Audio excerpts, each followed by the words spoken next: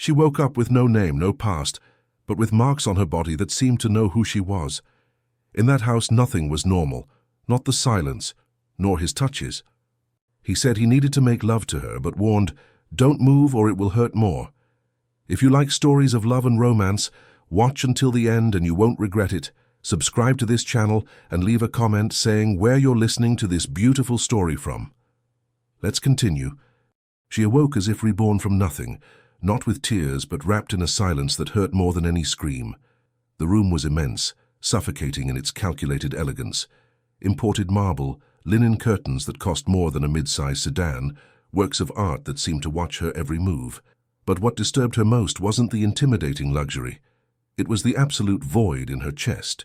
Eleanor didn't yet know that this was her name. She felt like a phantom with a pulse, aware of her own existence but completely disconnected from anything that could define her as a person.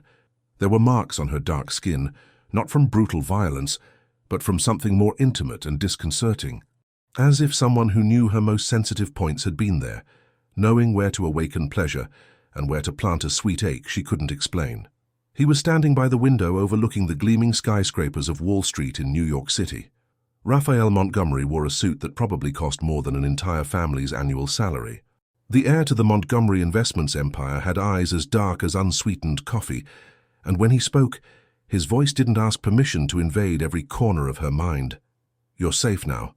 Don't move too quickly. You must still be dizzy." His voice carried a natural authority, but there was something else beneath it, an emotional weight that held her more tightly than any physical chains. And as much as the situation deeply frightened her, there was something inexplicable in the way her body reacted to his presence, as if it recognized that voice, that way of occupying space, that manner of commanding the room without needing to raise his voice. Eleanor didn't know if she was a prisoner or if she had been saved.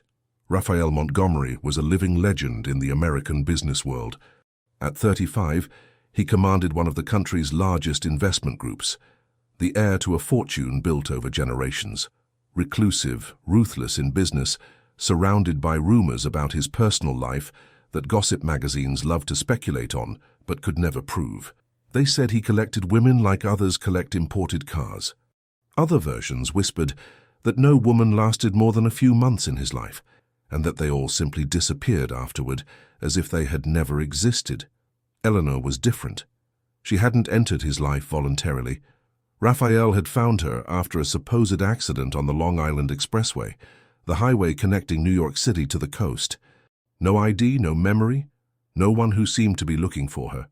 He brought her home, called the best private doctors in the city, and slowly began to mold her.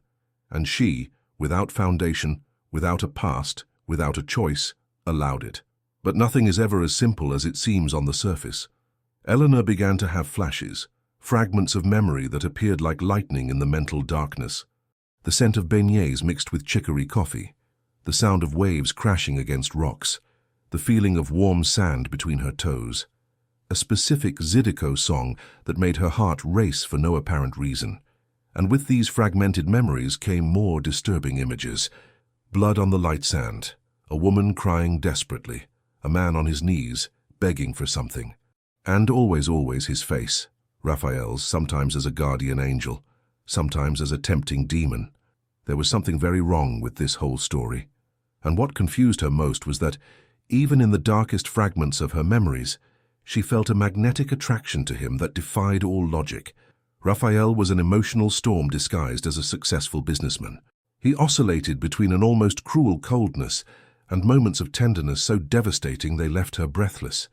He had the unsettling habit of watching her sleep, as if contemplating a work of art that only he could appreciate. He constantly photographed her with an expensive professional camera, capturing her movements, her lost gazes, her body at rest. There was a morbid beauty to that ritual, but also an obsession she could feel on her skin. And there were rules. There were always rules. Mealtimes were scheduled, always served by silent staff who seemed like well-dressed ghosts. Limits on where she could go within the 5,000-square-foot penthouse, clothes hand-picked for her, always expensive, always elegant, always to his taste. He never hurt her physically, but he controlled her with the kind of gentleness that suffocates slowly, like a snake that squeezes affectionately before breaking its prey's bones. The prison was made of Egyptian cotton, French champagne, and a panoramic view of the country's largest city. A gilded cage with a view of the entire world, but a cage nonetheless. Eleanor felt she was slowly going mad. During the day, Raphael would disappear to command his financial empire, leaving her alone with thoughts that led nowhere. She searched the apartment for clues about herself, but found only more mysteries. Paintings that were too expensive, books in languages she didn't know if she understood, bottles of wine that cost more than a brand new car.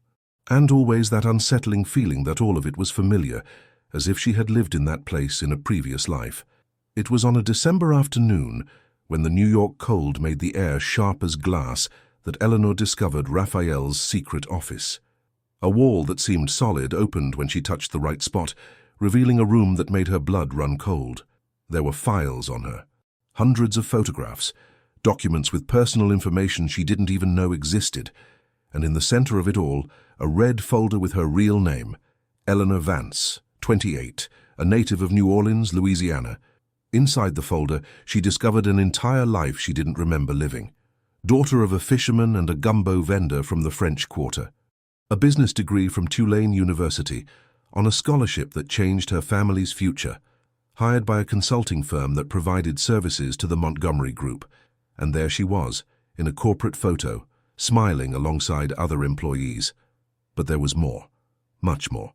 Other documents showed a private investigation into corruption and money laundering involving companies within the group. And her name appeared as an anonymous whistleblower. Someone from the inside had leaked confidential information that nearly brought down the Montgomery family empire. Information that only someone with privileged access could have obtained. Eleanor felt the floor drop out from under her when she found the last photo in the folder. She and Raphael together, clearly intimate, at a gala. She was wearing a gold dress that cost more than her family saw in an entire year. He had a possessive arm around her waist, and they were looking at each other with an intensity that burned even through the photograph. She wasn't just a stranger he had saved from the highway. They knew each other. They had loved each other, and something had gone terribly wrong. "Did you find what you were looking for?" His voice behind her made her jump. Raphael was standing at the entrance of the secret office with an unreadable expression. He didn't seem surprised or angry.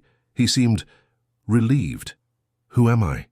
Eleanor clutched the folder to her chest as if it were a shield. "Who am I really, Raphael?" He approached slowly, like someone approaching a wounded animal that might attack at any moment.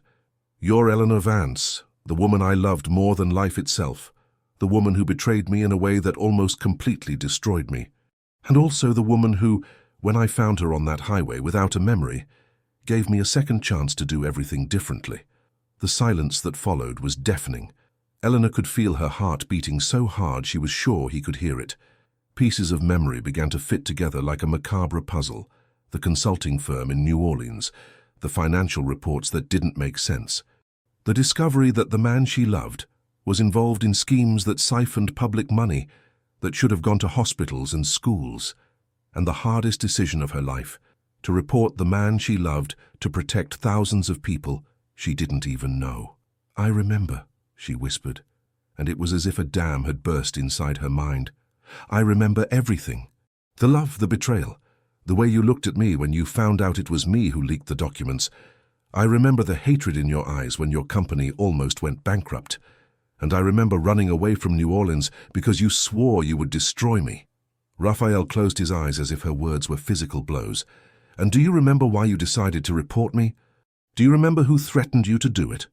Eleanor frowned, trying to reach for memories that felt as slippery as mercury. There was someone else in this story. Someone she was deliberately forgetting. "Camilla." She whispered the name as if it were poison. "Camilla Andrews." Raphael nodded, and for a moment she saw a raw vulnerability in his eyes that reminded her of the young man she met in New Orleans before power and wealth transformed him into the ruthless man standing before her. "My former partner. The woman I almost married before I met you. She found out about our relationship and blackmailed you, didn't she? Told you she would destroy your family if you didn't find a way to hurt me." The memories came back in a flood. Camilla Andrews, a brilliant lawyer as cruel as a scorpion, had been the first woman Raphael had loved. But when he met Eleanor at a business conference in New Orleans, everything changed. The New York millionaire fell head over heels for the Louisiana girl from a humble background who wasn't impressed by his money. Camilla didn't accept being replaced by some backwater nobody. She investigated Eleanor until she found her vulnerable family. She threatened to destroy her parents' small business, threatened to plant drugs on her father's fishing boat, threatened to make her mother lose her license to sell food in the French Quarter, and she gave Eleanor a choice: destroy Raphael or watch her family be annihilated. Eleanor had chosen to save her family and break her own heart in the process. "That's why you ran away afterward," Raphael continued, his voice rough with contained emotion. "Because you knew that when I found out the truth, I would come after her. And you knew she wouldn't hesitate to carry out her threats to keep you away from me. And now?"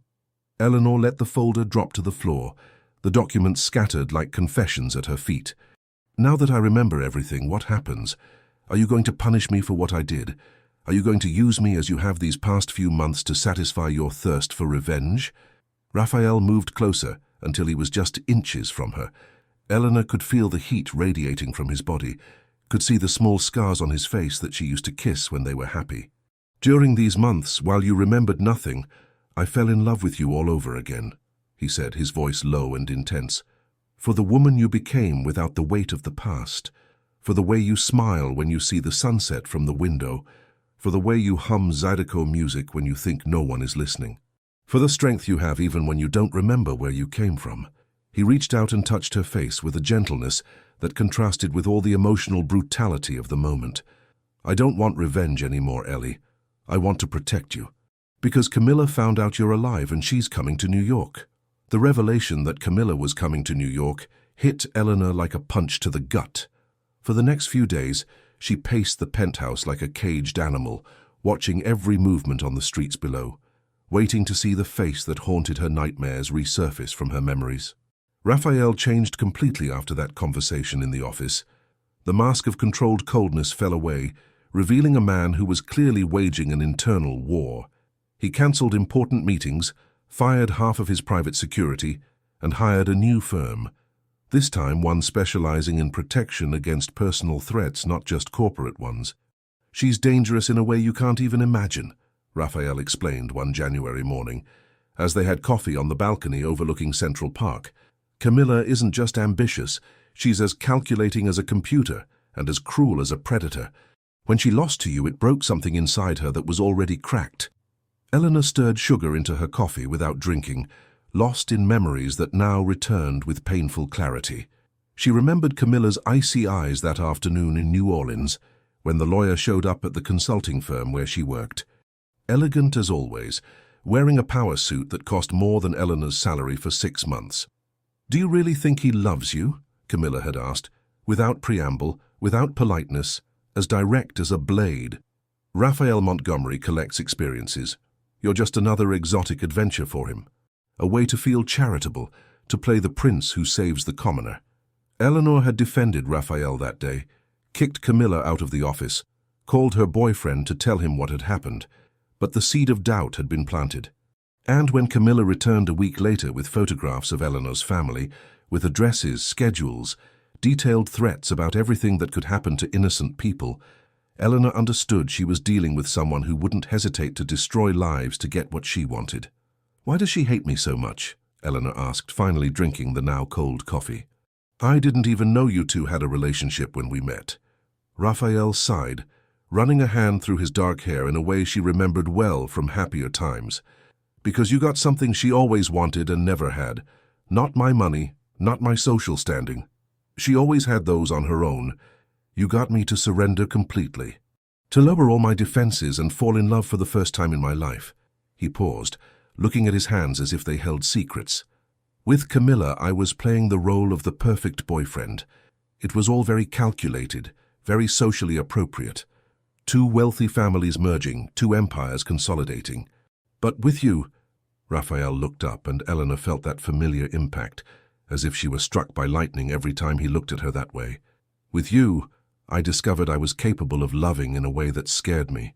I made plans to give up everything to live in a simple house in New Orleans, just to wake up next to you every day. I dreamed of meeting your parents, of proposing to you on the street where your mother sold gumbo. Eleanor felt tears burning her eyes. These were memories she had buried so deep it physically hurt to remember them. Raphael had really planned a simple life with her. He had even bought a house on the Gulf Coast, just to be near her family on weekends. And Camilla knew that, Eleanor murmured, finally understanding the scope of the revenge. She realized you were willing to give up everything for me. She realized she would never get from me what you had without even asking, the total surrender, the vulnerability, the crazy desire to protect and be protected at the same time. Raphael's phone rang, interrupting the moment. Eleanor saw his expression change as he read the screen. "She's here," he said simply. Eleanor felt her blood run cold. "How do you know?"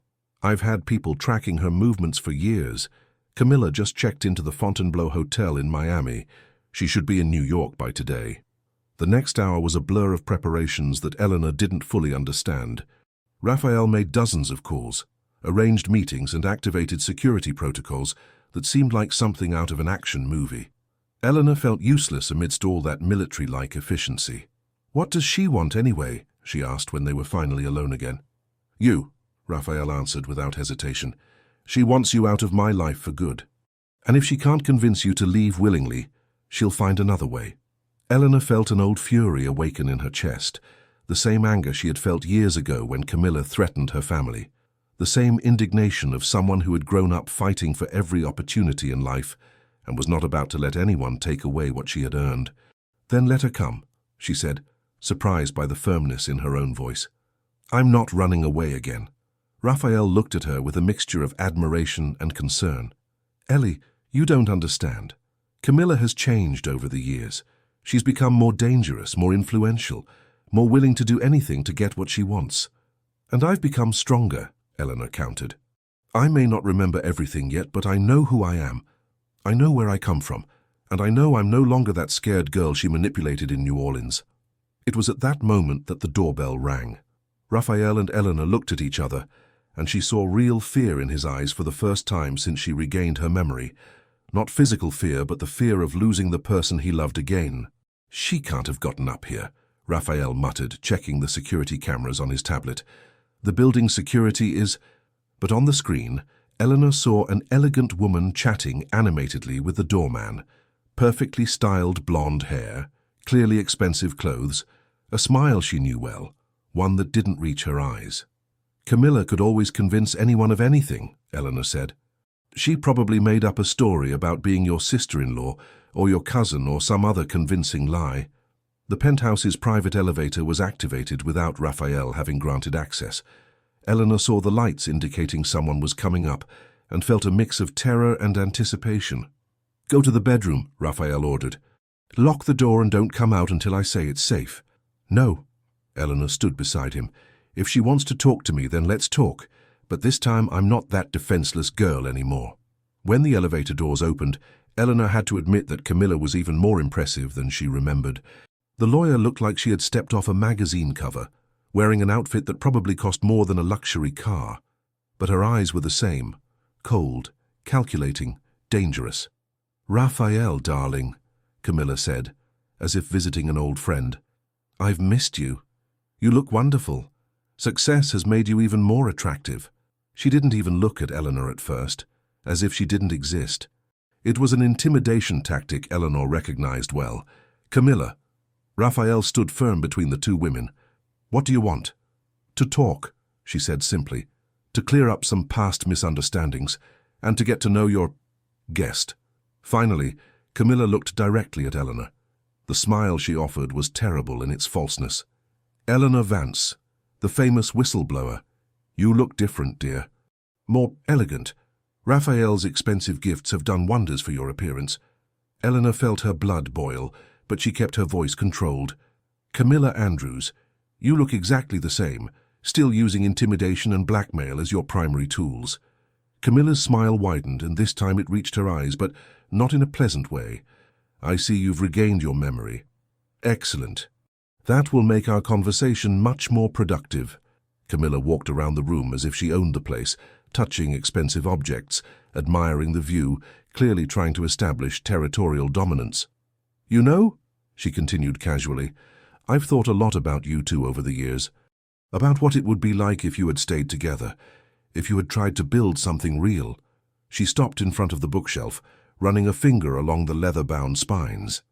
And I've come to the conclusion that it was for the best. Eleanor, dear, you would have destroyed yourself trying to adapt to his world. And Raphael, you would have grown tired of her in a few months, as you always did with your flings. Enough, Raphael said, his voice low and dangerous. Say what you came to say and leave. Camilla turned, and Eleanor saw she was clearly enjoying the situation. I came to offer a deal, a business proposal, so to speak. She opened her designer handbag and took out an expensive envelope. Eleanor, dear, inside this envelope is a job contract for the European branch of a top-tier consulting firm. London, Paris, Zurich, you choose. Excellent salary, guaranteed career path, furnished apartment included. Eleanor took the envelope, more out of curiosity than real interest. And what do you want in return? For you to disappear from Raphael's life, forever. For you to accept that you two belong to different worlds, and that this love story is a romantic fantasy that only works in soap operas. And if I refuse? Camilla smiled again, and this time Eleanor saw the true predatory nature hiding behind the elegance. If you refuse, I'll have to use other methods of persuasion. And those methods won't be as kind as a job offer in Paris.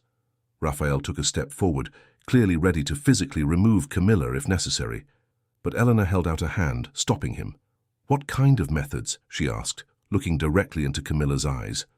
Well, Camilla said, clearly pleased to have Eleanor's full attention, I've discovered some interesting things about your family in New Orleans. Your father still has that little fishing boat, doesn't he? And your mother still sells gumbo in the quarter? Hard-working, honest people. It would be a shame if something happened to them. Eleanor felt a rage so pure and intense that for a moment she was blinded. It was the exact same threat from years ago. Camilla hadn't changed at all. She was still using the people Eleanor loved as weapons against her. You're threatening my family, Eleanor said, her voice dangerously calm. I'm offering your family protection, Camilla corrected, as long as you make the right choice. It was then that Eleanor made a decision that would change everything. Instead of accepting the blackmail or backing down in fear, she stepped closer to Camilla until they were face to face.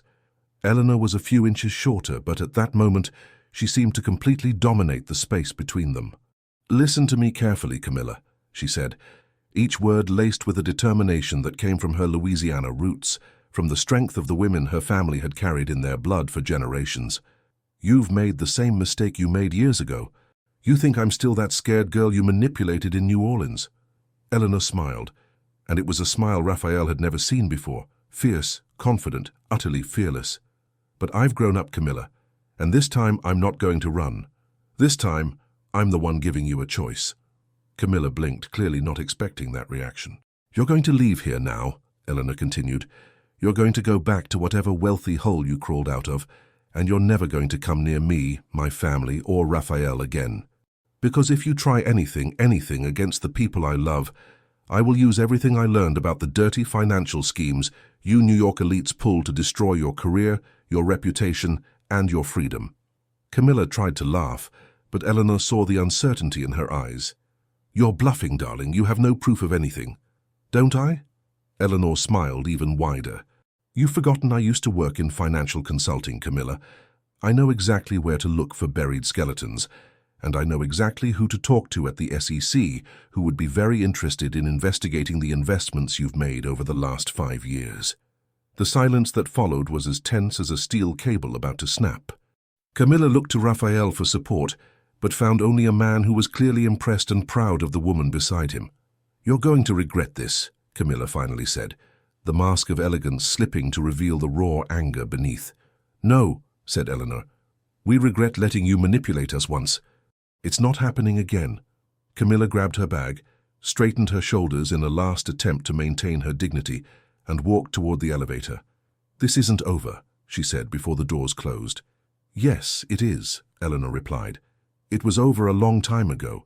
You just never accepted it. When the elevator descended and they were alone, Raphael looked at Eleanor with an admiration that made her heart race. Where did you learn to do that? He asked. Eleanor smiled, finally allowing herself to feel the relief and pride of what had just happened. I learned it by being from Louisiana, Raphael. I learned it from being the daughter of hard-working people who never bowed to anyone. And I learned it by loving you, because real love doesn't teach you to run. It teaches you to fight. Raphael pulled her into a hug that seemed to want to piece together all the broken fragments of the last few years. I love you, he murmured against her hair. I've loved you since the first time I saw you, and I'll love you until I can't breathe anymore. I love you too, Eleanor replied. But now we need to have a serious talk about a few things. Raphael pulled back, curious. What kind of things? Eleanor looked him directly in the eyes, with all the honesty that had always characterized their relationship in the good times. If we're going to be together, it's going to be as equals.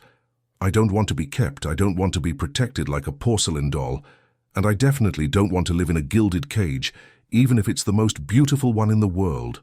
Raphael nodded, understanding perfectly what she was saying. And what do you want? I want to be your partner.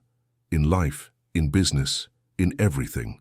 I want to use my education and experience to help transform your company into something that's not just profitable, but also ethical.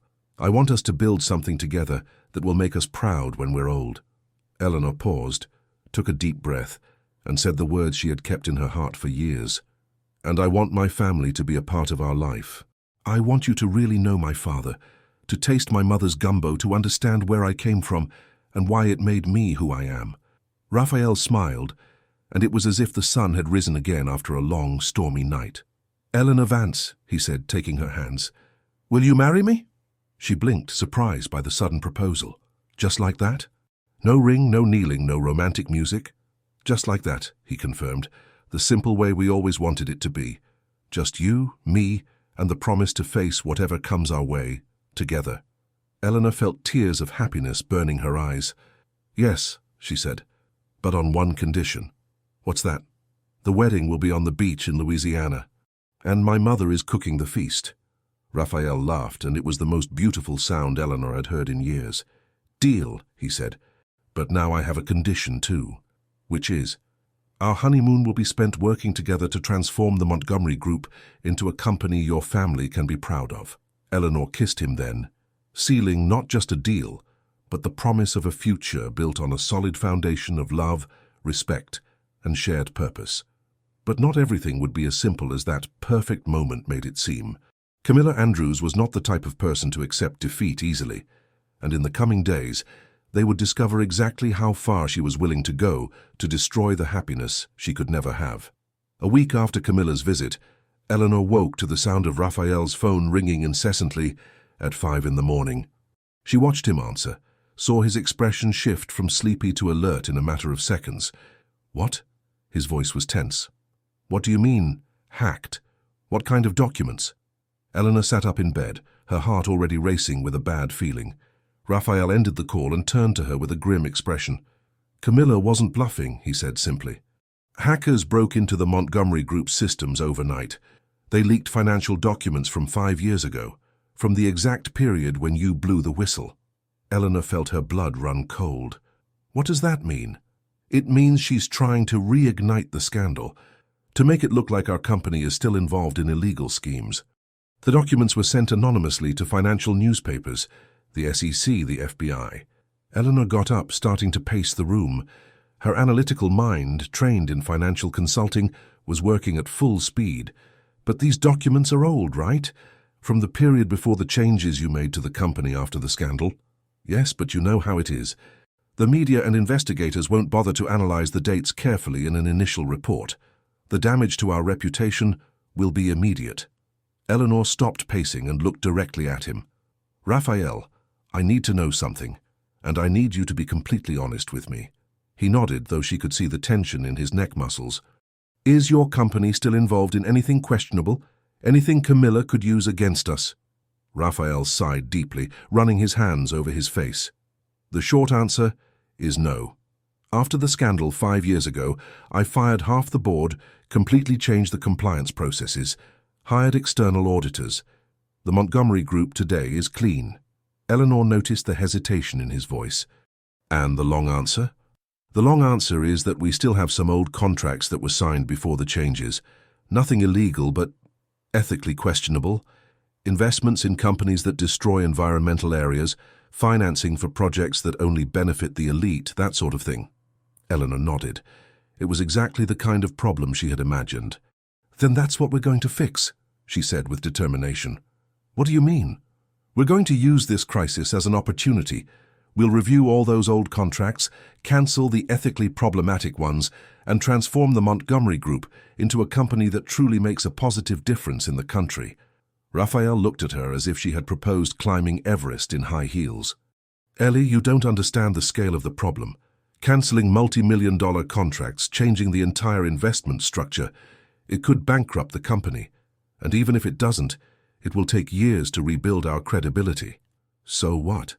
Eleanor crossed her arms, showing the Louisiana stubbornness he was getting to know better. Would you rather be rich and sleep poorly every night, or would you rather build something that leaves a positive legacy for the world? Raphael studied her in silence for a long moment. You're serious? I've never been more serious in my life. Eleanor approached him, taking his hands in hers. Raphael, I love you, but I can't marry someone whose wealth comes from exploiting other people. And you can't keep living like this either, because I know it's eating you up inside. He closed his eyes and Eleanor saw the internal struggle he was waging. My family will disown me, he said finally. The shareholders will remove me as CEO. The media will say I've lost my mind. And I will be by your side through all of those battles, Eleanor said without hesitation. Besides, you've forgotten one important thing. What? Eleanor smiled, and it was a mischievous smile he was learning to adore. I know exactly how the corruption scheme Camilla is part of works, and I have some contacts at the FBI who would be very interested in that information. The next few hours were a whirlwind of activity. Raphael cancelled all his appointments for the day and locked himself in the office with Eleanor, reviewing contracts, analyzing investments, and identifying everything that needed to be changed. Eleanor worked with an efficiency that impressed even herself. Years of experience in financial consulting had prepared her for exactly this kind of situation. By the afternoon, they had a complete list of necessary changes and an implementation plan that would minimize financial damage without compromising ethical integrity. It's going to hurt, Eleanor admitted, looking at the numbers, especially in the first 2 years. But after that, with investments redirected to sustainable and socially responsible areas, the company will be much more solid in the long run. Raphael nodded, but she could see he was still worried about something. What else is bothering you? She asked. My family, he answered after a hesitation, especially my father. He built this empire over 40 years. When I tell him we're going to change everything... Eleanor immediately understood the scale of the problem. She was familiar with the dynamics of traditional American dynasties, where the patriarch had the final say in everything. He needs to meet us, she said. Me, specifically. He needs to understand that you're not making these decisions alone, and that it's not because you're under the influence of a passing fling. Raphael laughed bitterly. You think Julian Montgomery will agree to sit at the same table as the daughter of a Louisiana fisherman? The man who thinks people like your family exist only to serve people like ours? Eleanor felt the familiar anger rise in her chest, but she controlled it. She was learning to channel that energy into productive goals. Then it's time he learned a few things about the reality of the country he lives in, she said calmly, and about the kind of woman his son has chosen to spend the rest of his life with. That evening, they had dinner at a small Creole restaurant in Greenwich Village, far from the places frequented by the New York elite. Eleanor had insisted. She wanted Raphael to feel comfortable in environments that were part of her world, not just the other way around. Is it good? She asked, watching Raphael cautiously try the shrimp and grits. It's incredible, he admitted, clearly surprised. Why have we never eaten in places like this before? Because before, you thought you needed to impress me with expensive restaurants, Eleanor replied, playing with his foot under the table. And because I didn't yet have the courage to show you parts of my life you might find inadequate. Raphael stopped eating and looked at her seriously. Ellie, I want to know everything about you. Your family, your culture, your history, not because it's exotic or interesting, but because it's part of who you are. And I love who you are. She felt her heart tighten with emotion, but before she could respond, Raphael's phone rang. It was his father. Don't answer, she suggested. At least not here. But Raphael had already answered. "Dad." His voice immediately became more formal, more tense. "Yes, I know about the leaked documents. No, I'm not giving any interviews to the press today." Eleanor could hear the loud, authoritative voice on the other end of the line, but she couldn't make out the words. "Tomorrow at 8 in the morning. Dad, I have an important meeting." Raphael looked at Eleanor, clearly torn. "All right, I'll be there." He hung up and sighed. "Emergency meeting at the main office tomorrow. The entire board will be there, including my uncles, the main shareholders, everyone. And you're going to tell them about the changes we want to make." "I'll have to. I can't implement anything without the board's support, and they'll want to know exactly how I plan to handle this crisis." Eleanor chewed thoughtfully for a few moments. "I'm going with you," she said finally. Raphael almost choked on his water. "Ellie, that's not a good idea. They'll be difficult." "Great," she said, with a smile that didn't reach her eyes. "I can be difficult too when necessary." The next morning, Eleanor dressed with care. She chose a navy blue suit Raphael had bought for her, but added a white lace blouse she had brought from Louisiana and gold earrings that were a family heirloom. She wanted to be elegant enough not to give them ammunition for their prejudices, but she also wanted to make it clear she wasn't trying to deny her origins. The Montgomery Group's main office was in an imposing building on Park Avenue. Eleanor had never been there. During the months of amnesia, Raphael had kept her away from anything related to the family business. "Are you sure you want to do this?" Raphael asked in the elevator, heading to the top floor. "I'm sure you need support," she replied, adjusting his tie. "And I'm sure they need to know what kind of woman is by your side." The elevator doors opened to reveal a reception of pure, understated luxury, fine wood furniture, works of art. Eleanor was sure cost more than many houses, and a panoramic view of the entire city. The secretary, an elegant woman in her 50s, greeted them with a professional smile that didn't completely hide the curiosity in her eyes as she looked at Eleanor. "Mr. Montgomery, they're waiting in the conference room. And you are Miss Eleanor Vance," Eleanor replied before Raphael could speak. "Future Mrs. Montgomery." The secretary blinked, clearly not expecting such a direct introduction. "Of course, please follow me." The conference room was intimidating. A mahogany table that easily seated 20 people, leather chairs that probably cost more than a middle-class family's monthly salary, and projection screens on the walls. And seated around the table were some of the most powerful men in the country. Eleanor recognized a few faces from the media, businessmen who regularly appeared on financial news shows, newspaper owners, influential politicians. At the center of it all, in a chair that looked like a throne, was Julian Montgomery. Eleanor immediately understood where Raphael had inherited his commanding presence. The family patriarch was 70, with perfectly combed grey hair and eyes that seemed to assess and catalogue everything around them. When he looked at Eleanor, she felt as if she were being analyzed by a computer, calculating her exact worth. "Raphael," Julian said, his voice deep and authoritative, "sit down, and explain to me who this person is and why she is in a private family meeting." Eleanor felt Raphael tense beside her, but she stepped forward before he could respond. "Mr. Montgomery," she said, walking directly to the chair beside the one clearly reserved for Raphael, "my name is Eleanor Vance. I'm a financial consultant, a graduate of Tulane University, and the woman your son is going to marry." The silence in the room was absolute. Eleanor could feel all the male gazes fixed on her, some surprised, others clearly hostile. "Interesting," Julian said finally. "And you believe you have any qualifications to participate in a meeting about the future of a multi-billion-dollar company?" Eleanor smiled, and it was the same fierce smile she had used with Camilla. "I believe I have more qualifications than anyone in this room to speak about business ethics, Mr. Montgomery. Considering I was the one who blew the whistle on this company's corruption schemes 5 years ago. If the previous silence had been absolute, this one was sepulchral."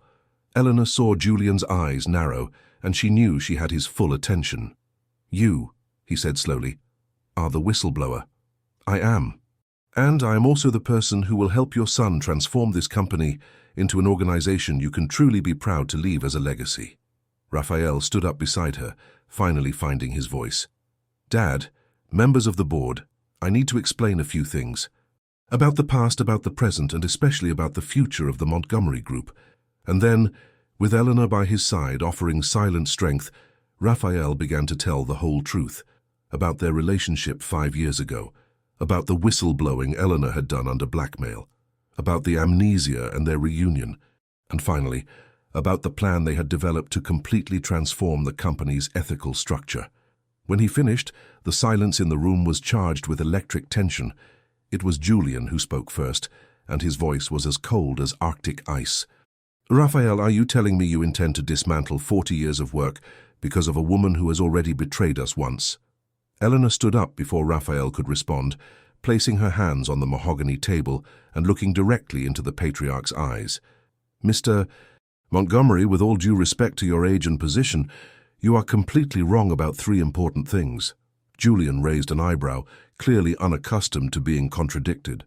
"First," Eleanor continued, her voice firm and clear, "I did not betray this company.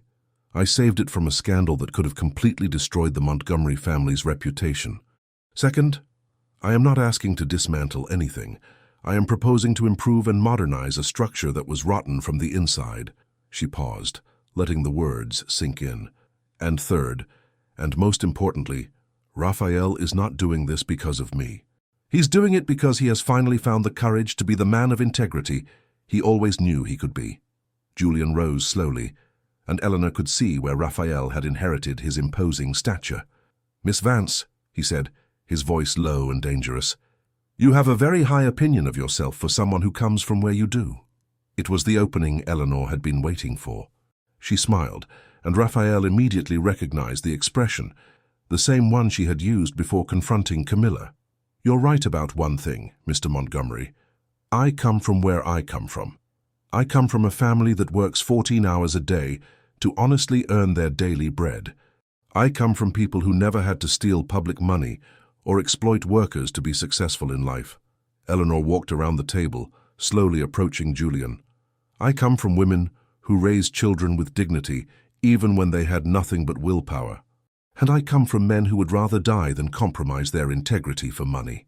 She stopped right in front of the patriarch, showing not a hint of intimidation. "So yes, Mr. Montgomery, I come from where I come from, and I am very proud of every drop of blood that runs in my veins." What happened next surprised the entire room, including Eleanor. Julian Montgomery began to laugh. Not a malicious or sarcastic laugh, but a genuine, almost admiring one. "Raphael," he said, still laughing, "you've found a woman with more courage than most men I know." He looked at Eleanor again, but this time with respect in his eyes. "Miss Vance, sit down. Let's hear this plan you two have developed, and then we'll decide if this family has the courage to follow the example of a stubborn Louisiana girl." Eleanor sat down, feeling a mixture of relief and triumph. But she knew the real battle was just beginning. Convincing Julian to listen to her had only been the first step. Transforming the Montgomery Group into an ethical company would be a war that would last for months. And somewhere in the city, Camilla Andrews was surely planning her next attack. But for the first time since regaining her memory, Eleanor felt truly hopeful. She had faced the most powerful patriarch in the country, and not only survived, but earned his respect. And with Raphael by her side, she knew they could face anything.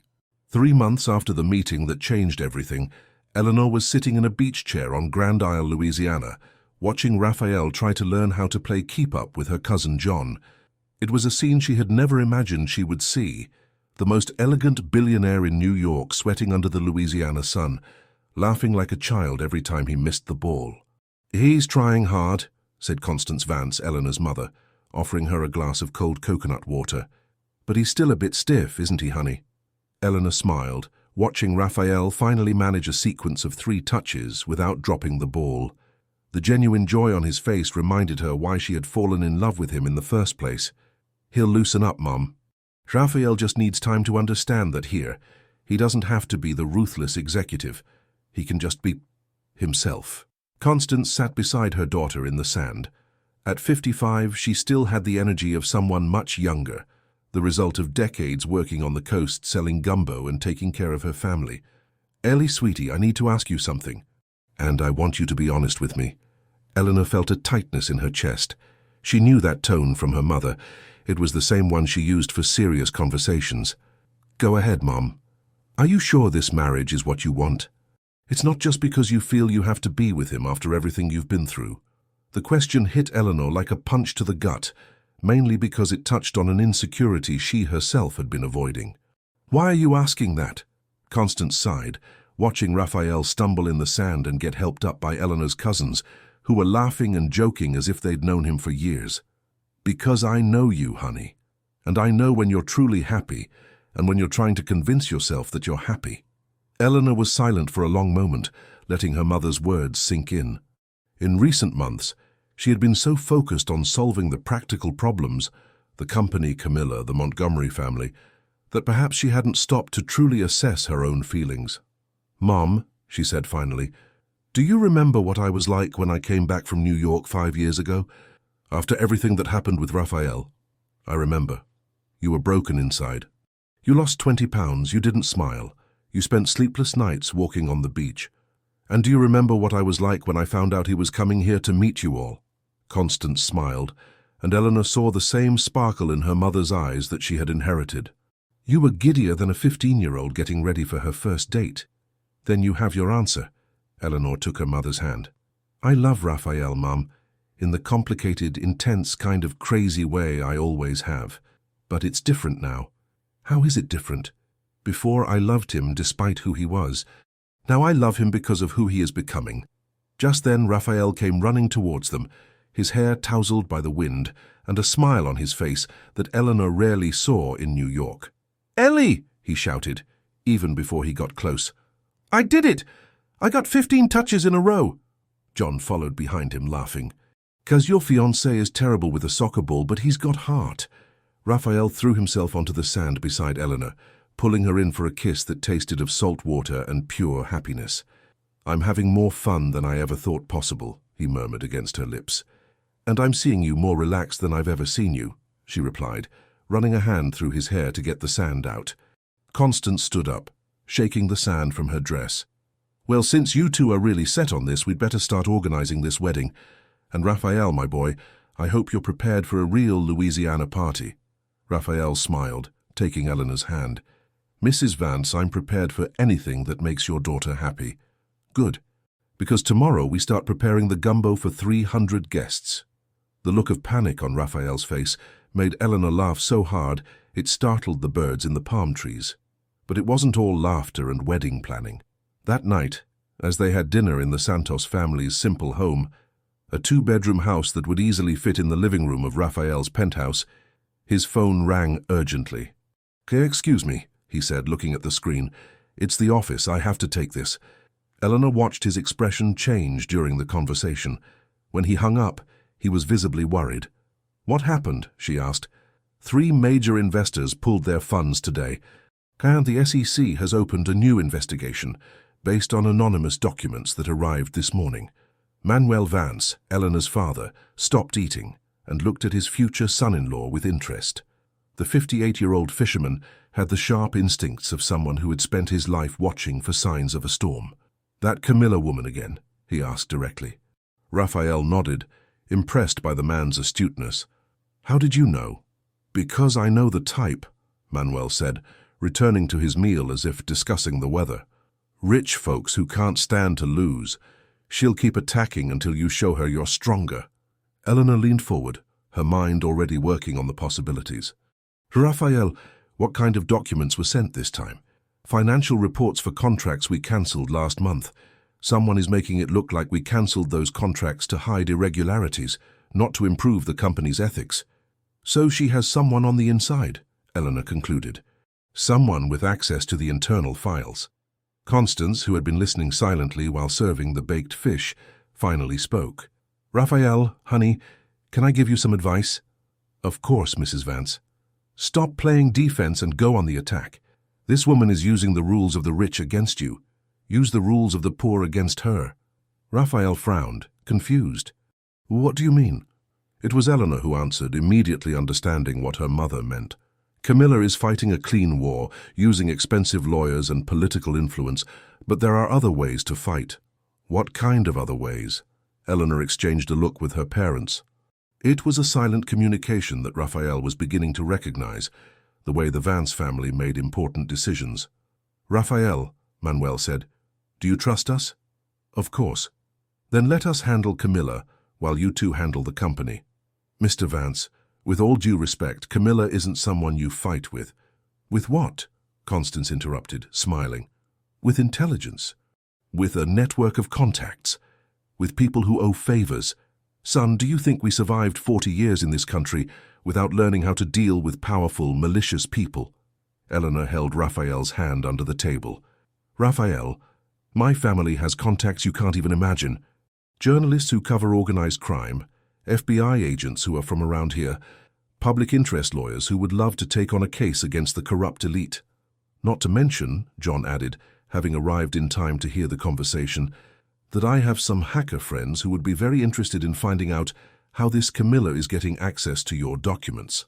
Raphael looked around the table, seeing for the first time the real support network Eleanor had brought to their relationship. It wasn't just one woman. It was an entire family with decades of experience in survival and resistance.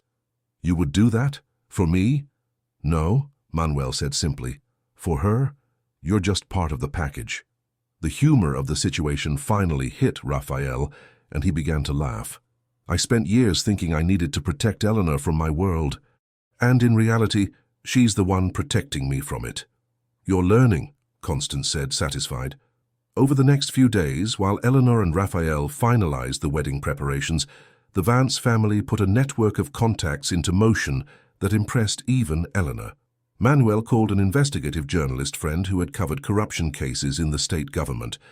Constance contacted a lawyer who had defended domestic workers exploited by wealthy families. John mobilized his tech contacts to trace the breaches in the Montgomery Group systems. In less than a week, they had a complete dossier on Camilla Andrews' illegal activities, including tax evasion schemes, use of insider information to manipulate investments, and blackmail of public officials. How did you get all this? Raphael asked, flipping through the documents John had printed.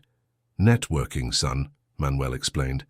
When you treat people with respect, regardless of their social status, they're willing to help when you need it. Eleanor was beaming with pride for her family, but she was also worried about Raphael. He had been very quiet since seeing the dossier on Camilla. What's bothering you? She asked when they were finally alone on the beach. Ellie, some of the things your family found, they're serious crimes.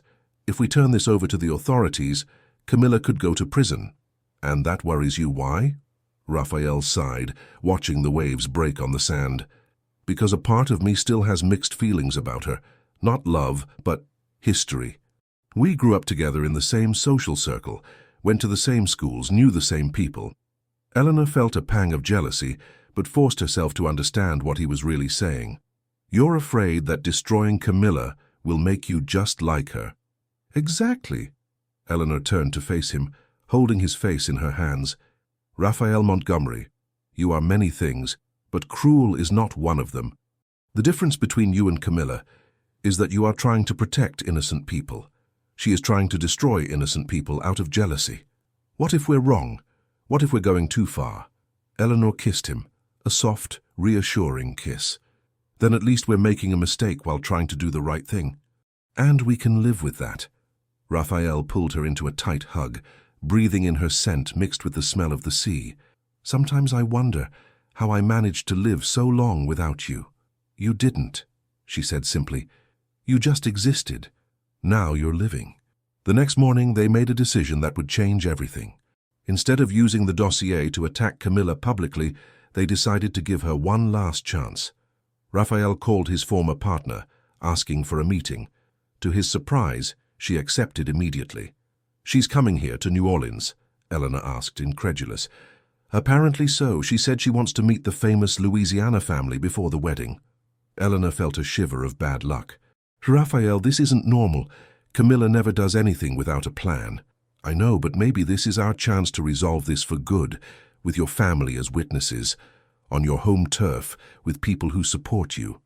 Eleanor chewed on her lower lip, thinking, all right, but if she comes, it will be on our terms. In our house, with our food our way. And if she tries anything. Eleanor smiled, and Raphael recognized the determined expression he was learning to love. Then she'll find out that messing with a Louisiana girl is different from messing with a New Yorker. 2 days later, Camilla Andrews arrived in New Orleans. She stepped out of the taxi in front of the Vance family's simple house, wearing a white linen suit that probably cost more than the entire neighborhood's monthly income. But something was different about her. She seemed more tired, less confident, as if the last few months of war had taken their toll. Eleanor met her at the door, determined to be an impeccable hostess despite everything. "Camilla, welcome to New Orleans." "Eleanor."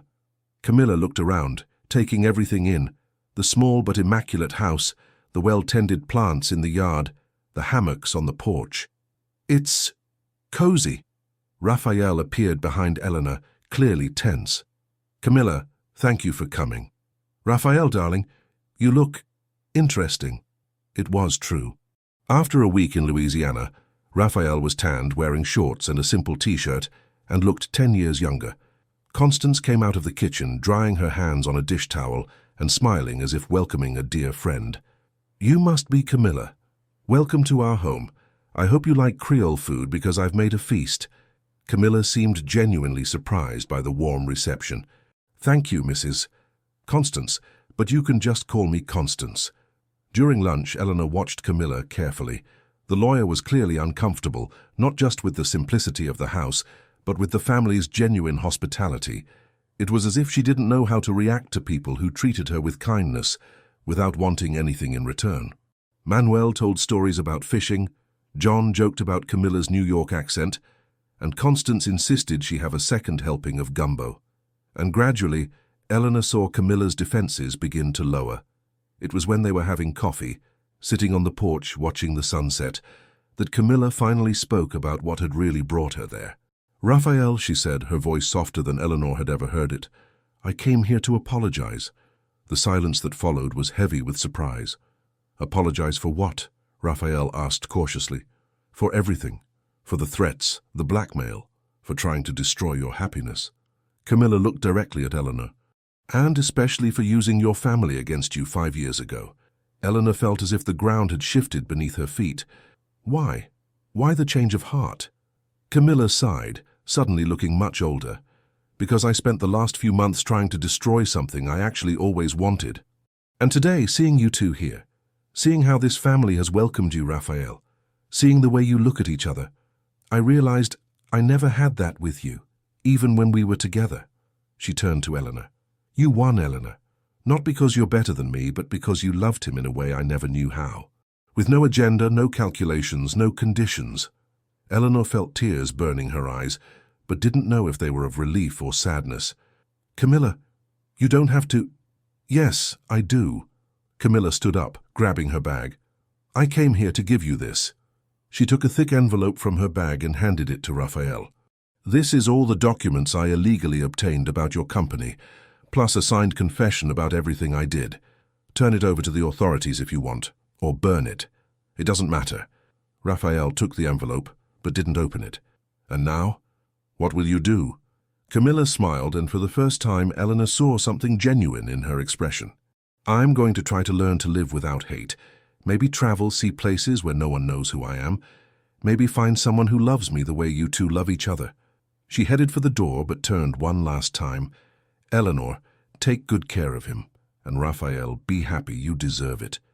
After Camilla left, the family sat in silence for a long time. It was Constance who finally spoke. "That poor girl. All that hatred. She was just suffering." Eleanor looked at her mother, surprised. "Mom, she tried to destroy our lives."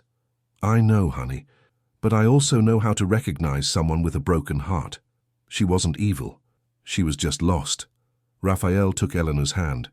"Your mother is right. And that makes me understand why I love you so much." "What do you mean?" "Because you could have chosen hatred too, after everything we went through. But you chose love.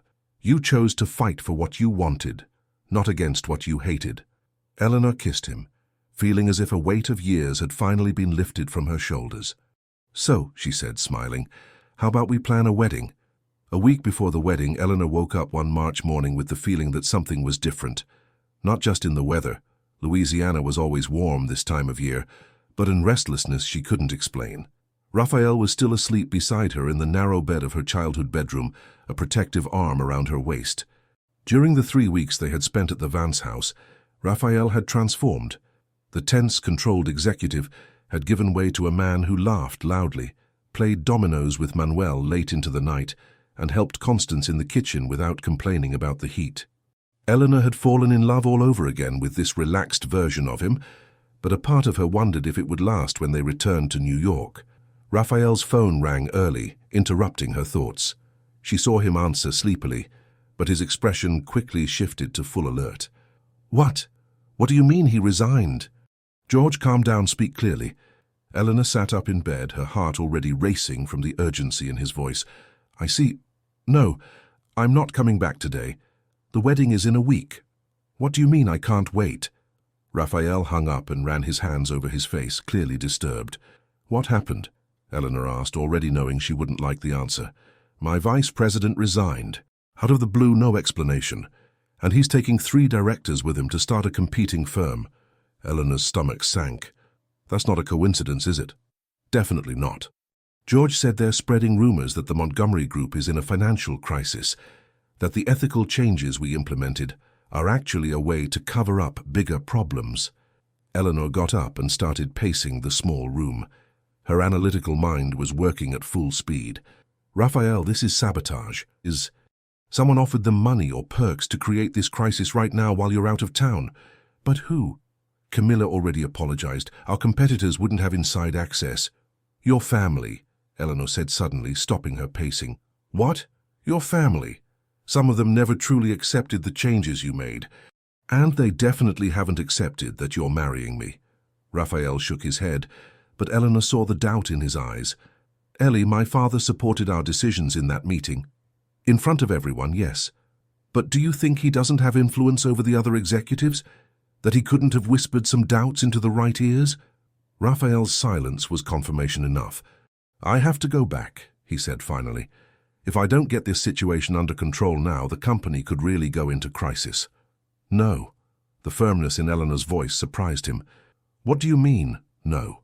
We are not going to let them dictate our lives. If you run back to New York now, you'll be sending the message that your family and our wedding are less important than the company." "Ellie, be reasonable. If the company goes under—" "The company won't go under in a week." Eleanor took his hands. "But our marriage might if you always prioritize business over us." Raphael looked at her as if she had spoken another language. "Ellie, you don't understand the pressure." "I understand the pressure perfectly." Her voice rose, likely waking the whole house. "I understand that you're afraid of losing everything you've built. But I'm trying to show you that you already have everything you need right here." They stared at each other in silence, and Eleanor saw they had reached the first real test of their renewed relationship. "Raphael," she said, her voice softer now, "if you go back to New York today, you won't just be saving the company. You'll be proving that deep down you still think it's worth more than me." The door opened and Constance appeared, still in her nightgown. "Sorry, but I couldn't help but overhear," she said bluntly. "Raphael, son, can I give you some advice?" Raphael nodded, clearly at a loss. "Your company has already survived 5 years without you micromanaging every decision. If it can't survive 1 week, then the problem isn't the employees who resigned. The problem is that you've built a company that's too dependent on you." Constance sat on the edge of the bed. "And another thing. If you cancel the wedding now to solve work problems, what kind of husband will you be? Will you cancel our honeymoon at the first crisis? Will you miss the birth of your children because of meetings?" The words hit Raphael like punches. Eleanor saw the exact moment he understood what was really at stake. "You're right," he said finally. "Completely. Absolutely right." He picked up his phone and called back. "George, it's me. Listen carefully. You're going to handle this for the week. Use the crisis protocols we developed. If you need to make major decisions, call me. But I'm not coming back to New York until after the honeymoon." Eleanor heard the agitated voice on the other end of the line. "No, George. It's not up for discussion. If the company can't function for 1 week without me, then we have much bigger problems than a few disloyal employees." Raphael hung up and looked at Eleanor with a determination she hadn't seen in a long time. "There. It's decided. Nothing is going to ruin our wedding." Eleanor threw herself into his arms, but Constance held up a hand. "Hold on, you two. Now that you've sorted that out, we have to solve the real problem." "What problem?" Raphael asked. "If people are trying to sabotage you, they won't stop just because you didn't come running back. They'll intensify their attacks." Eleanor realized her mother was right and felt a coldness in her stomach. "What are you suggesting?" "I'm suggesting you stop playing defense and go on the attack, once and for all." For the rest of the morning, the three of them devised a strategy that was both simple and brilliant. Instead of reacting to the attacks, they would preempt them. Eleanor called contacts she had made during her years in consulting: financial journalists, independent auditors, market analysts. Raphael activated the few employees he trusted completely to conduct a full and transparent audit of all the changes implemented in the company. "We're going to publicly show that the Montgomery Group is not only clean now, but more profitable than ever, because of the ethical changes," Eleanor explained. "And we'll do it in a way that makes it clear that anyone spreading rumors is deliberately lying." "And what about your family?" Constance asked Raphael. "They'll have to choose a side," Raphael replied, with a firmness that impressed Eleanor. "Either they support the changes and our marriage, or they can find another heir."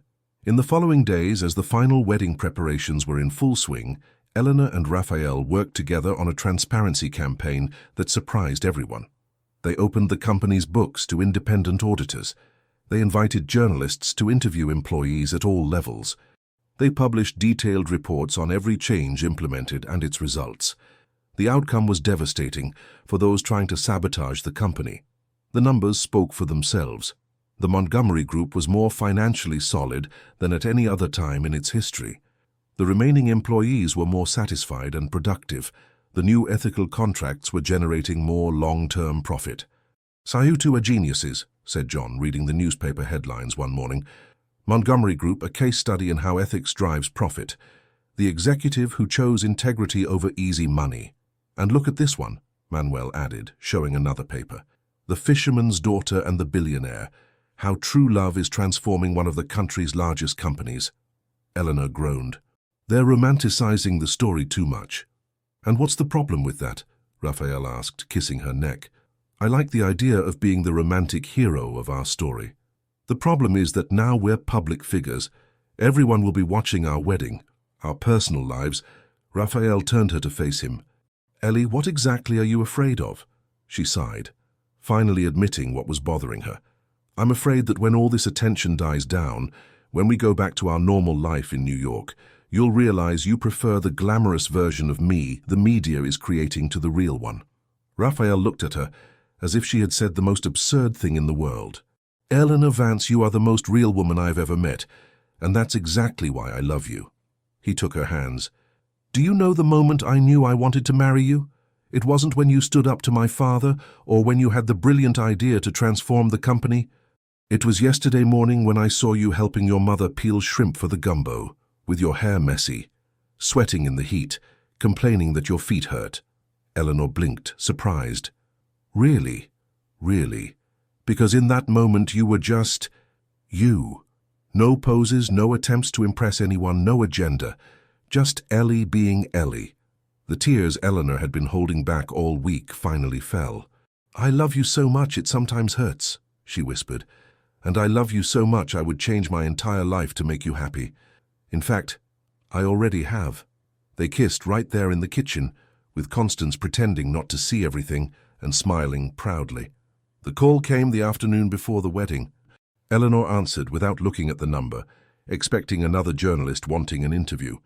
"Eleanor, it's Julian Montgomery." The patriarch's voice made her stiffen immediately. "Mr. Montgomery, may I speak with Raphael? He's at the beach with my father. Can I take a message?" There was a long pause, and Eleanor could feel the tension through the line. "Actually, I'd like to speak with you." Eleanor braced herself for a battle. "I'm listening. I want to apologize." The words were so unexpected that Eleanor almost dropped the phone. "What?" "You were right, Eleanor, about the changes at the company, about Raphael, about everything. And I was wrong to try to sabotage you." Eleanor sat down heavily in a chair. "Was it you who orchestrated the resignations?" "It was. I thought if I created a big enough crisis, Raphael would come running back and realize he can't live without the company, that he would choose business over you. And why are you telling me this? Because I'm seeing the news about you two, seeing how happy Raphael is, how the company is thriving, how you're building something real together, and I realized that the only person holding my son back from being truly successful was me. Eleanor was silent, processing the confession. "Eleanor, are you still there?" "I am. Just trying to decide whether to thank you for your honesty or be furious about the sabotage." Julian laughed, and it was a surprisingly warm sound. "You can be furious. I deserve it. But I also hope you can forgive me, because I would very much like to be at my son's wedding tomorrow." Eleanor looked out the window, seeing Raphael and Manuel walking back from the beach, laughing about something her father had said. She saw how completely relaxed, completely happy Raphael looked. "Mr. Montgomery, you can come to the wedding on one condition." "Which is?" "That you promise you will never again try to control Raphael's life. That you will accept he is a grown man capable of making his own decisions." "I promise." "And that you will treat my family with the same respect you expect them to treat yours." "I promise that too." Eleanor smiled, feeling as if another knot in her life was finally coming undone. "Then it will be a pleasure to have you with us, father-in-law." That night, the eve of the wedding, Eleanor was on the porch looking at the stars when Raphael found her. "Can't sleep?" "Just thinking," she replied, making room for him in the hammock. "About what?" "About how we got here. About all the things that had to go wrong for them to turn out right in the end." Raphael swung gently in the hammock, pulling Eleanor closer. "Do you think it was coincidence? Or fate?" "I think it was choice," Eleanor said after a thought. "Your choice to forgive me. My choice to fight for what I wanted. Your family's choice to accept change. Camilla's choice to give up on revenge. And what's your next choice?" Eleanor turned to look directly into his eyes. "To choose you. Every day for the rest of my life, no matter what comes our way. Even if I go back to being an obsessed workaholic, I'll remind you who you really are. Even if my family becomes problematic again, I'll stand with you against them. Even if we have children as stubborn as you." Eleanor laughed. "Especially if we have children as stubborn as me." Raphael kissed her then, a kiss that tasted of promises and possible futures. "Eleanor Vance, are you sure you want to marry me tomorrow?" "Raphael Montgomery, there is nothing in the world I'm more sure of." And that night, lulled by the sound of the waves and surrounded by the love of a family that accepted them completely, they slept a peaceful sleep, knowing that the next day would be the beginning of a story they would write together. The day dawned golden over Louisiana, with the sun rising slowly over the waters of the Gulf. Eleanor woke up at her aunt's house, where she had spent the night following the tradition that the bride and groom shouldn't see each other before the ceremony. But even before she fully opened her eyes, she was already smiling. It was her wedding day. "Wake up, bride." Constance entered the room with hot coffee and beignets. "Today you marry your prince." "Mom," Eleanor groaned, stretching in bed. "You know I get nervous when you talk like that." "And why would you be nervous? You're marrying a man who loves you, at a party your whole family helped organize on a beach you've known since you were a little girl. What's there to be nervous about?" Eleanor sat up, accepting the cup of coffee. "I guess I'm afraid it's too good to be true." Constance sat beside her daughter with that wise look Eleanor had known since childhood. "Honey, you've been through so much bad stuff that now you're afraid of the good things. That doesn't make sense." "Yes, it does, Mum. Because the good things are harder to believe." "Then don't believe, live. There's a difference." Outside, Eleanor could hear the bustle of party preparations. Since early morning, dozens of people had been setting up the beach for the ceremony. Raphael had insisted on hiring an event company, but the Vance family had insisted even more on doing everything themselves. "How's it going down there?" she asked. "A wonderful chaos," Constance replied, beaming. "Your father is directing where to put the tables. John is testing the sound for the 10th time. Your aunts are arguing over the seasoning for the gumbo, and Raphael—" "What about Raphael?" "Raphael is as nervous as a boy on his first date. He woke up at 5 to go surfing, trying to calm down. Now he's helping set up the flower arches, all covered in sand, but smiling like a fool." Eleanor laughed, finally managing to relax. This was exactly how she wanted to remember her wedding day, with organized chaos, family everywhere, and Raphael discovering he could be happy in ways he had never imagined. The next few hours passed in a whirlwind of preparations. Her cousins arrived to help with hair and makeup, all talking at once, giving unsolicited advice, and filling the room with laughter. Eleanor chose natural makeup that enhanced her features and a simple hairstyle that left her curly hair loose down her back. The dress had been a difficult decision. Raphael had offered to buy her anything she wanted, But Eleanor had chosen something different. A seamstress from New Orleans had made a dress inspired by Louisiana traditions, white, flowing with lace reminiscent of Creole dresses, but with a modern, elegant cut that made her feel both like a princess and like herself. "Ellie," her aunt whispered when she was ready, "you look as beautiful as a mermaid." Eleanor looked at herself in the mirror and felt tears burning her eyes. Not because of her appearance, but because she finally saw herself as she truly was, a strong, happy, and completely in love woman about to marry the man she loved. "It's time," Constance announced. "Your father is waiting to walk you down." The walk to the beach was surreal. Eleanor had grown up on these streets, but she had never seen them decorated with flowers, nor had she seen so many elegant people walking toward the sea. Raphael had invited only his closest friends and a few essential business partners, but the Vance family had invited practically the entire neighborhood. "Princess," Manuel said when he saw her, his voice thick with emotion, "you look perfect." "Dad, don't cry now, or I'll cry too, and ruin my makeup." "You can cry all you want," he said, offering his arm. "Tears of joy make any woman more beautiful." When they reached the top of the small dune overlooking the beach, Eleanor stopped and took a deep breath. The scene was breathtaking. White chairs arranged on the sand, forming an aisle to the sea. Arches of tropical flowers creating a natural frame, simply but elegantly decorated tables waiting for the guests. And there at the front, standing barefoot in the sand, was Raphael. He had chosen a light linen suit, no tie, with his shirt open at the neck. His hair was slightly messy from the sea breeze, and he had an expression on his face that Eleanor had never seen before. Pure happiness, without defenses, without masks, just love. "Ready?" Manuel asked. "More than ready," Eleanor replied. The music began, not the traditional wedding march, but a soft version of a Zydeco song Eleanor loved. She started walking toward Raphael, and with each step, she felt like she was walking toward the rest of her life. When her eyes met his, the world around them disappeared. There were no more guests, no music, no decorations. There was only the two of them, on the beach where her mother sold gumbo, in the place that represented her deepest roots, about to promise a future together. Raphael was clearly fighting back tears when she reached him. "You look beautiful," he whispered. "You don't look so bad yourself," she whispered back, making him laugh. The priest, a simple man from the local parish who had known the Vance family for decades, began the ceremony with words that were both traditional and personal. "We are here today to celebrate the union of Eleanor and Raphael, two people who have proven that true love can overcome any obstacle, any difference, any challenge." Eleanor looked out at the sea as the priest spoke, watching the waves break on the sand where she had played as a child.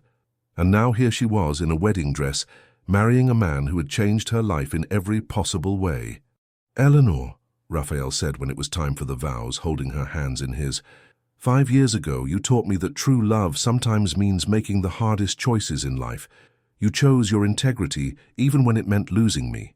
And today, I choose you. Not just because I love you, but because you've made me a better man."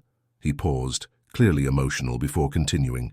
"I promise to love you on the easy days and the hard ones. I promise to listen to you even when you say things I don't want to hear. I promise to defend our family against anyone who tries to tear us apart. And I promise never, ever, to let work be more important than you." Eleanor felt the tears falling freely down her face. "Raphael," she said, her voice trembling with emotion, "you taught me that it's possible to be strong and vulnerable at the same time. You taught me that I can fight for what I want without losing my kindness. And you taught me that true love isn't about being perfect. It's about choosing to grow together." She smiled through her tears. "I promise to love you with the same intensity that I argue with you when I think you're wrong. I promise to be your partner in everything, in business, in life, in our dreams. I promise to bring you back home every time you get lost in your work. And I promise that our family will always know they are loved." When the priest declared them husband and wife, Raphael kissed her with a passion that made all the guests cheer and shout. It was a kiss that contained 5 years of longing, months of reunion, weeks of planning, and a lifetime of promises. "Mrs. Montgomery," Raphael whispered against her lips. "Mrs." Vance Montgomery, she corrected, making him laugh. The party that followed was exactly what Eleanor had dreamed of, a perfect blend of the elegance Raphael appreciated and the vibrant energy of Louisiana culture. The food was prepared by the family, with gumbo, jambalaya, po' boys, and traditional desserts. The music alternated between classic jazz and lively zydeco. The guests danced in the sand late into the night.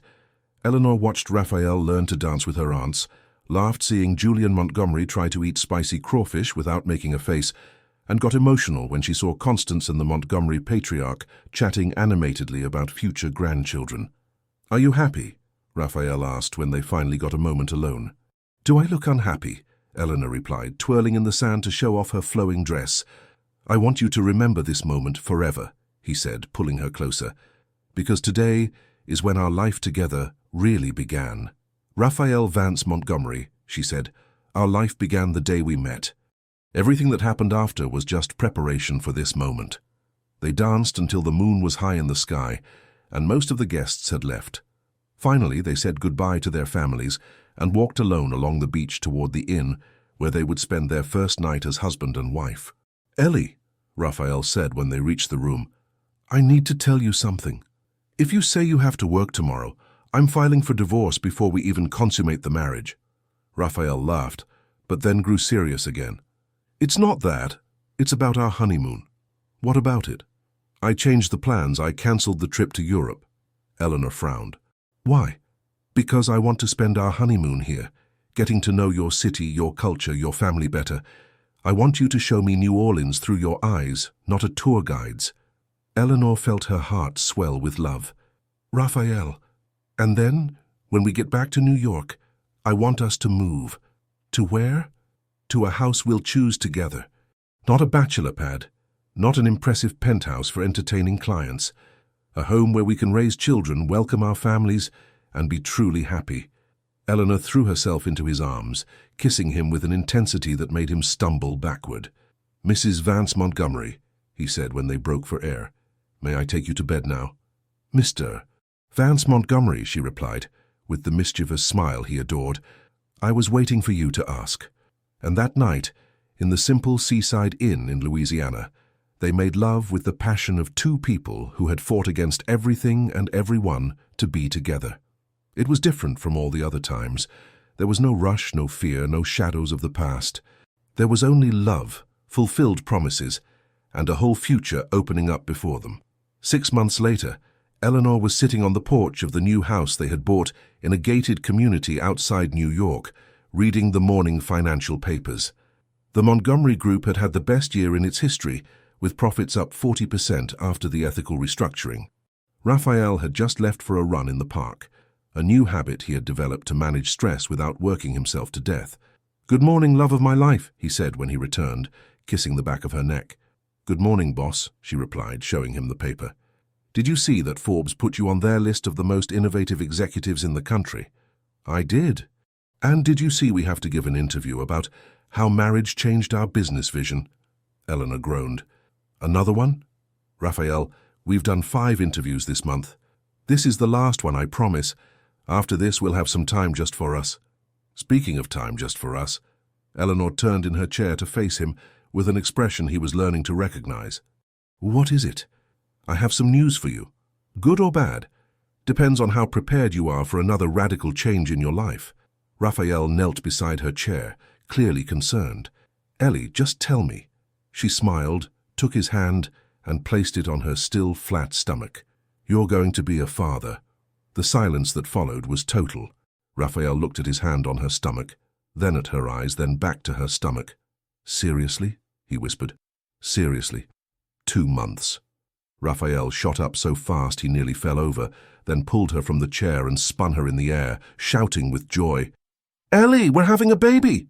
"We're having a baby," she confirmed, laughing at his enthusiasm. "A boy or a girl?" "It's too early to tell, Raphael. It doesn't matter, it'll be perfect either way. It'll have your eyes, your intelligence, your stubbornness, and your charm, your determination, and hopefully your ability to learn from your mistakes." Raphael kissed her with a tenderness that made her melt. "I love you so much sometimes, I don't know what to do with it all," he said. "Simple," Eleanor replied. Use that love to be the best father, husband, and man you can be. And what if I don't know how? Then ask my dad. He raised 4 honest, hard-working, happy kids on a fisherman's salary. He must know a thing or two about fatherhood." Raphael laughed, imagining the lessons Manuel Vance could teach about raising children. "You know what else?" "What?" "Our child will grow up knowing both families.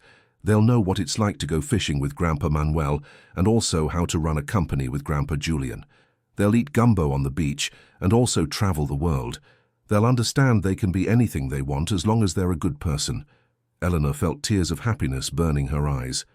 "Raphael Vance Montgomery, you know exactly the right words to say."